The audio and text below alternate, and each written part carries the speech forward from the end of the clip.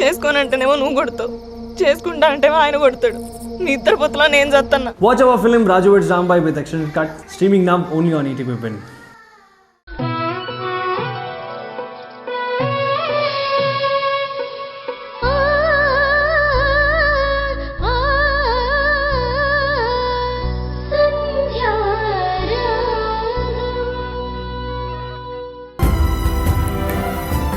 ఏంటి తల్లి, ఏంటి అలా చూస్తున్నా? నాకు మిగిలింది నువ్వొక్కదానివే. నువ్వు తప్ప నా జీవితంలో ఎవరూ లేరు. మీ నాన్న తన వైపే వెళ్ళిపోయాడు. మీ నాన్నమ్మ, తాతయ్య, నాకెవరూ లేరు. నేను ఒంటరిదాన్ని అయిపోయాను.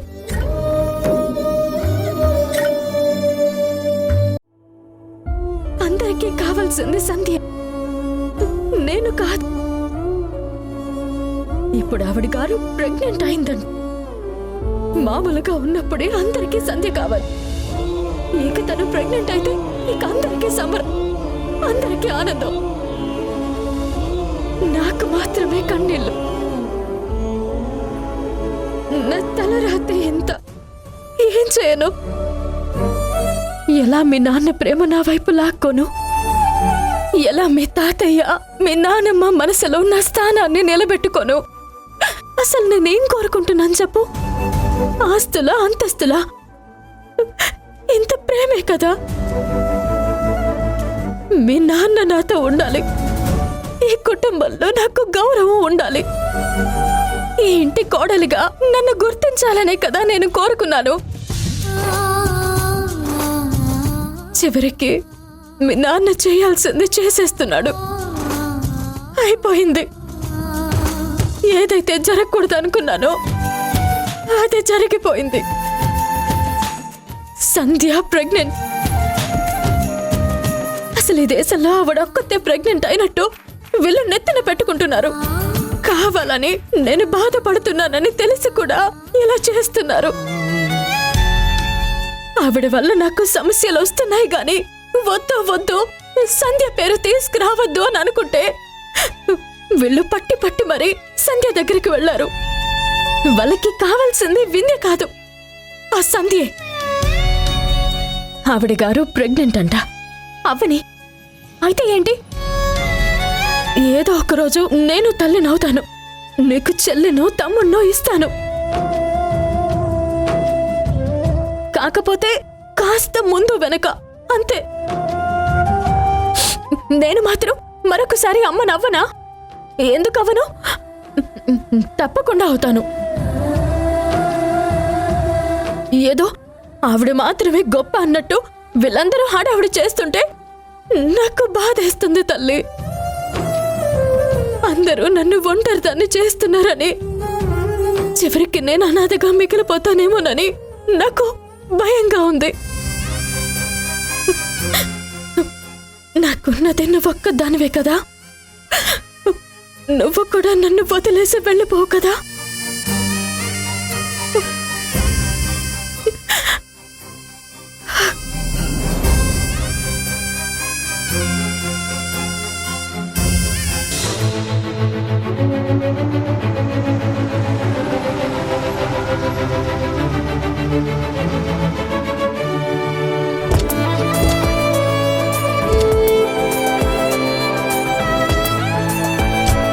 పదమ్మా.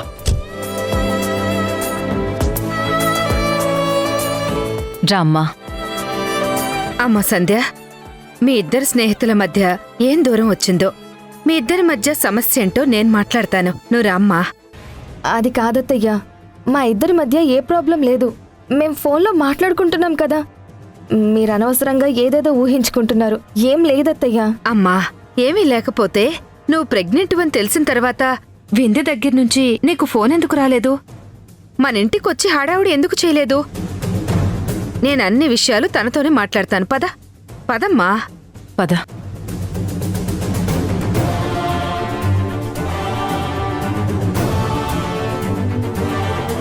రండి, కూర్చోండి. అమ్మా వింధ్య, అమ్మా వింధ్య. మౌనిక, అత్తయ్య ఏంటి హడావిడి? మౌనిక, హా? వింధ్య ఎక్కడుంది? పైనుంది. ఒకసారి రమ్మని చెప్పవా? వింధ్యా, అమ్మ వింధ్యా. మౌనిక, నువ్వు వెళ్ళి వింధ్య అని పిలు. అలాగే అత్తయ్య.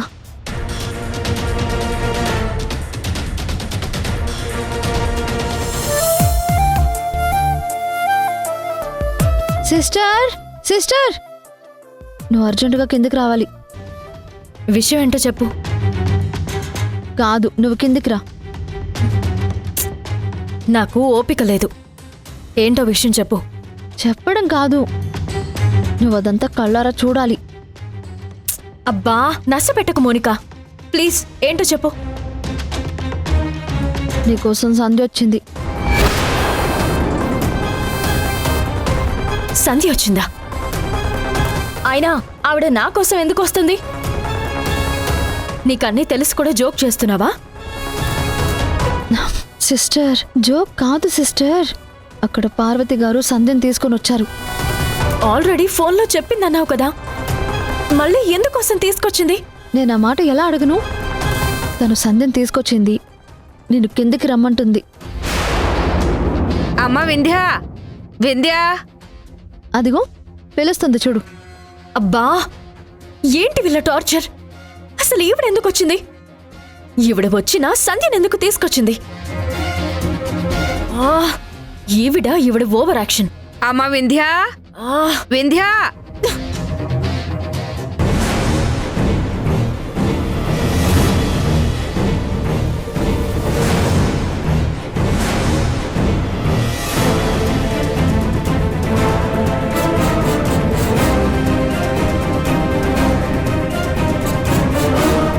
అమ్మ వింధ్య, ఏంటమ్మా మీ ఇద్దరికేమైంది? మీ ఇద్దరు స్నేహితుల్ని ఎదురెదురుగా నుంచోబెడుతున్నాను. ఇప్పుడు చెప్పండి. నేను మీ అత్తయ్యకి ఫోన్ చేసి సంధ్య తల్లి కాబోతుందని చెప్పాను. ఆ విషయం చెప్పగానే వాణిగారు ఆనందంగా మా ఇంటికొచ్చారు. కాని నువ్వెందుకు రాలేదు? ఓహో, ఈ విషయం మీ అత్తయ్య ద్వారానో మావయ్య ద్వారానో మౌనిక ద్వారానో తెలిసిందని నువ్వు ఫీల్ అయ్యావా?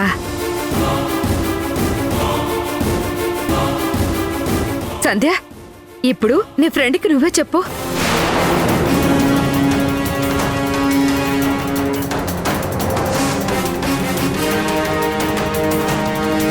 వింధ్య, యాక్చువల్గా నేనే నేరుగా వచ్చి నీకు చెప్దామనుకున్నాను, కానీ కుదరలేదు.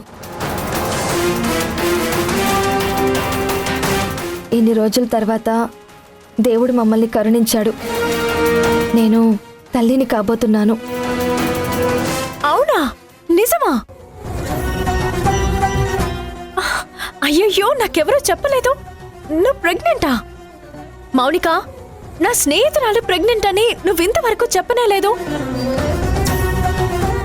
ఏదో మీరు అంటుంటే నేను కామెడీ అనుకున్నాను, కానీ నేనది నిజమని అనుకోలేదు.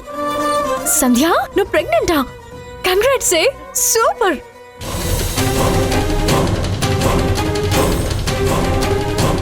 ఏంటి, నువ్వు మాత్రమే ప్రెగ్నెంట్ అయ్యావా?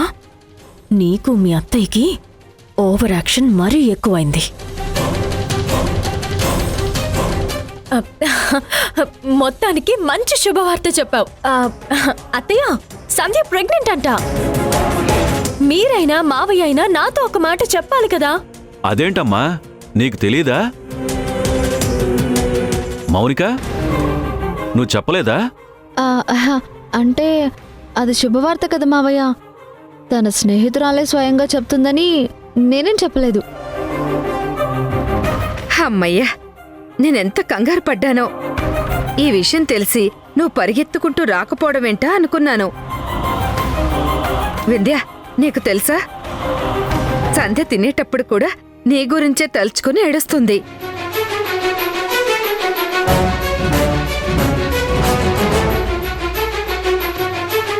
ఇదిగో సంధ్య, ఇక మీదట నువ్వు ఏడవాల్సిన అవసరమే లేదు. చూడు, నీ ఫ్రెండ్ ఎంత సంతోషపడుతుందో.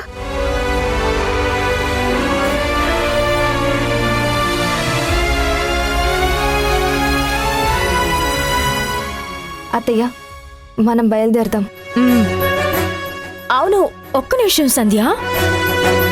అప్పుడే నువ్వు వెళ్ళిపోతే ఎలాగా? నువ్వు ఇంటికొచ్చి ఇంత మంచి శుభవార్తని చెప్పావు, అలా చెప్పి ఇలా వెళ్ళిపోతావా? నిన్ను ఒట్టి చేతులతో నేనెలా పంపిస్తాను?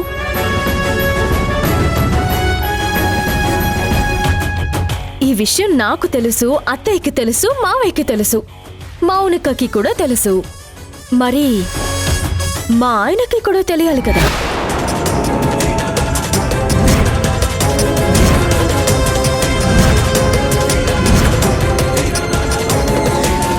వింధ్య, వాళ్ళు వెళతానంటున్నారు కదా, వెళ్ళనివ్వు.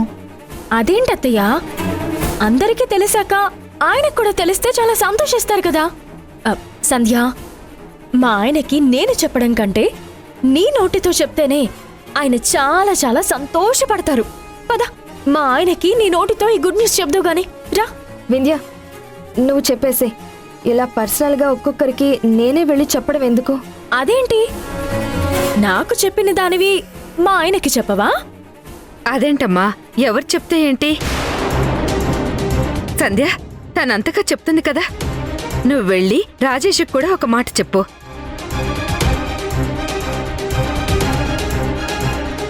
పాపం మనకు చాలా సహాయం చేశాడు, మన గురించి చాలా ఆలోచించాడు. వెళ్ళి చెప్పమ్మా. అత్తయ్య, మనం ఇంటికి వెళ్దాం. ఇంట్లో చాలా పనులు ఉండిపోయాయి. అరే, ఒక్క మాట చెప్పిరా, అప్పుడు వెళ్దాం. దేనికెందుకు ఇబ్బంది పడుతున్నావు? వెళ్ళు సంధ్య సిస్టర్.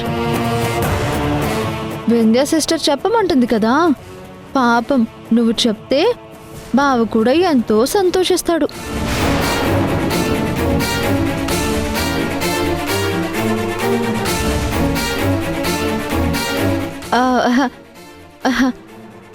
ఎలాగో ఇంత దూరం వచ్చావు కదా, బావకు కూడా ఒక మాట చెప్తే బాగుంటుందని. సంధ్య, ఏంటి ఇంతలా ఆలోచిస్తున్నావు? రా, నువ్వొచ్చి చెప్తేనే మా ఆయన హ్యాపీగా ఫీల్ అవుతాడు, నేను హ్యాపీగా ఫీల్ అవుతాను. రా సంధ్య. సంధ్య, అమ్మ సంధ్య, జాగ్రత్త అమ్మా, చూసుకోవాలి కదా. నా ఫ్రెండే కదా, అందుకే సరదాగా ఇలా లాగాను. సంధ్య, నువ్వురా.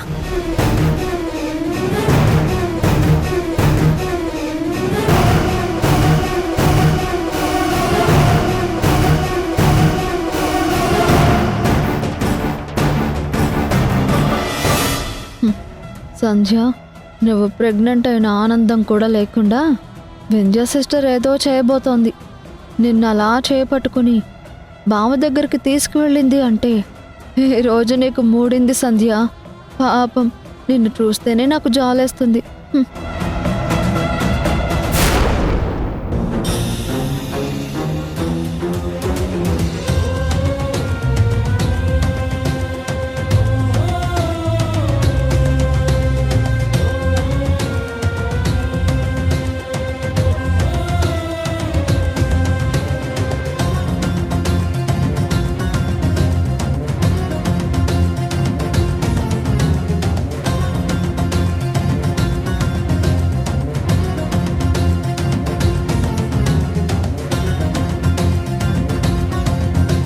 ఏ కష్టం రానివ్వకుండా నా సంధ్యని పువ్వుల్లో పెట్టి చూసుకోవాలనుకున్నాను. కానీ అమ్మ సంధ్యని వింధ్య దగ్గరికి తీసుకెళ్ళింది. అక్కడ వింధ్య నా సంధ్యని ఎన్ని మాటలు అంటుందో, ఎన్ని బాధలు పెడుతుందో. సంధ్యకి ఏ కష్టం రాకుండా చూసుకుంటానని చెప్పిన మొదటి రోజే వింధ్య మాటలతో సంధ్య బాధపడాల్సి వస్తుంది. ఖచ్చితంగా అక్కడ వింధ్య నా సంధ్యని ఏడిపించేస్తుంది.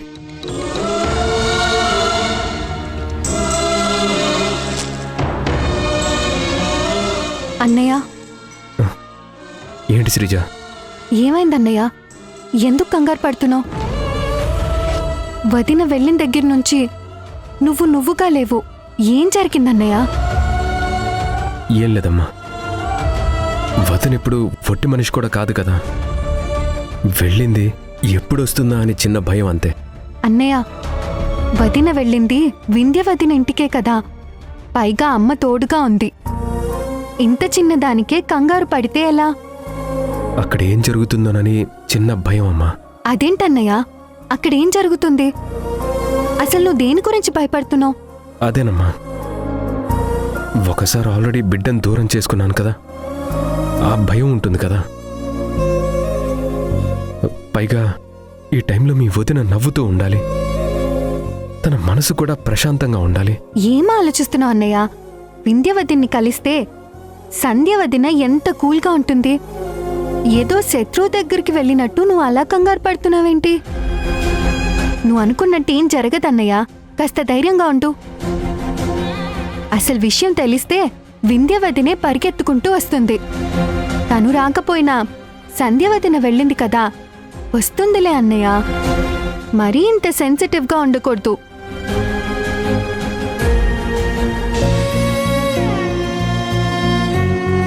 నీకు తెలీదమ్మా నా బాధ. సంధ్య ప్రెగ్నెంట్ అన్న విషయం వింధ్యకి తెలిసినా మళ్ళీ ఆ విషయం పైన కూడా ఎలాంటి గొడవ చేస్తుందో, ఎలాంటి నిందలు వేస్తుందో, సంధ్యని ఎంతలా ఏడిపిస్తుందో అని తలుచుకుంటేనే చాలా భయంగా ఉంది. అమ్మకి నిజం చెప్పలేను, అలా అని సంధ్యని అమ్మతో పాటు పంపించకుండా ఉండలేను. భగవంతుడా,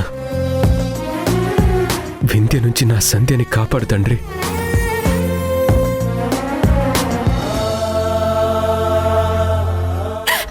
అందరూ నన్ను ఒంటరి దాన్ని చేస్తున్నారని, చివరికి నేను అనాథగా మిగిలిపోతానేమోనని నాకు భయంగా ఉంది. వింధ్య రా సంధ్య.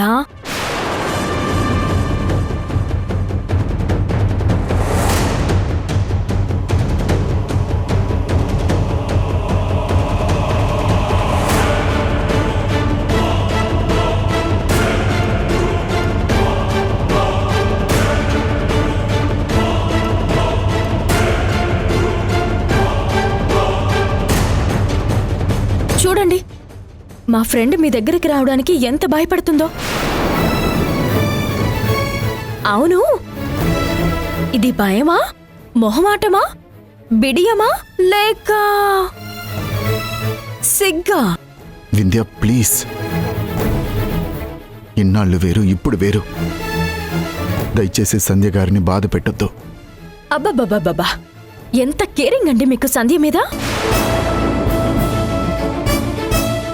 తను కట్టుకున్న భర్త అయినా సంధ్య మీద ఇంత కేరింగ్ చూపించుండడు. అసలు సంధ్య అంటే మీకెంత అభిమానము, ఎంత ప్రేమ. వింధ్య,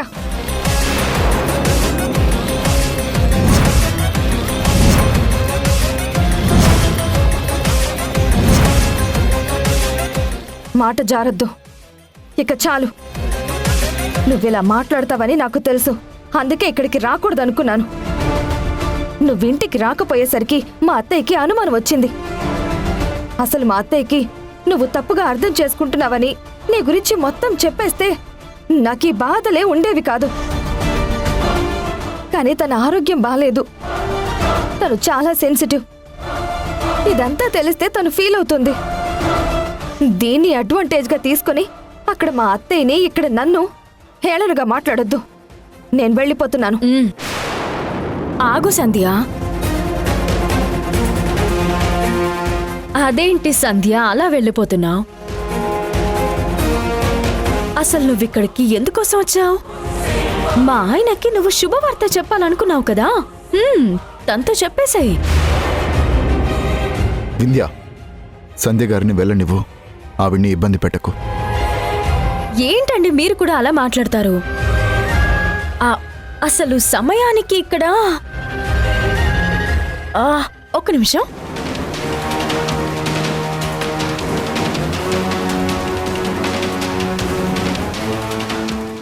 సంధ్య,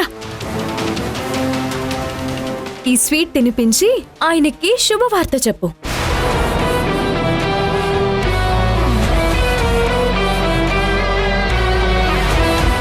నువ్వేంటో నీ డ్రామాలేంటో నాకైతే అర్థం కావడం లేదు.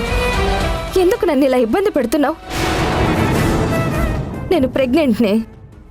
ఒకప్పుడు నువ్వెలా తల్లివయ్యావో నేను అలాగే తల్లినవుతున్నాను. ఇందులో తప్పేముంది? మా ఇంట్లో మంచి ఉండకూడదా? ఎప్పుడూ ఏడుస్తూ బాధపడుతూనే ఉండాలా మేము? నువ్వన్న మాటలు పడుతూనే ఉండాలా? ఏంటిది వింధ్య?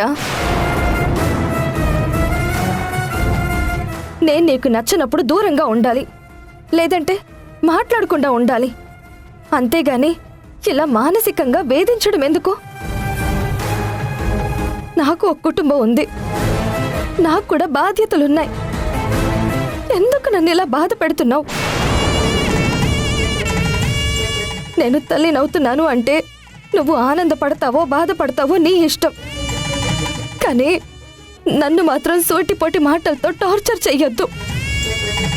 అయ్యో, నేనెక్కడ టార్చర్ చేస్తున్నాను సంధ్య? ఈ శుభవార్త మా ఆయనకు కూడా తెలియాలి కదా అని చెప్పమంటున్నాను. వింధ్య, నాకు తెలుసు సంధ్య గారు ప్రెగ్నెంట్. సంధ్య గారు, నేను మీకు కంగ్రాట్స్ చెప్తున్నాను. గతంలో దేవుడు మీకు అన్యాయం చేశాడు. కనీసం ఇలా అయినా న్యాయం చేస్తున్నాడు. మీరు, మీ హస్బెండ్, మీ ఫ్యామిలీ అందరూ బాగుండాలని కోరుకుంటున్నాను.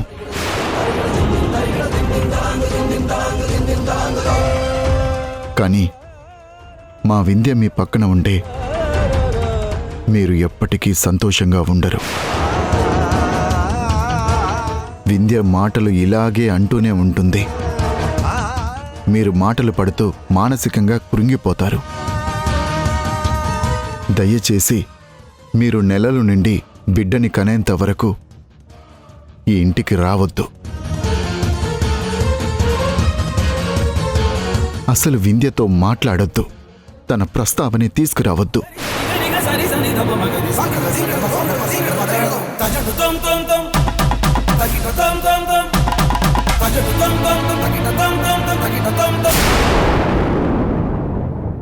నీ కడుపులో పెరుగుతున్న బిడ్డకి తండ్రి నీ భర్త లేదా నా భర్త? వింధ్య, వింధ్య,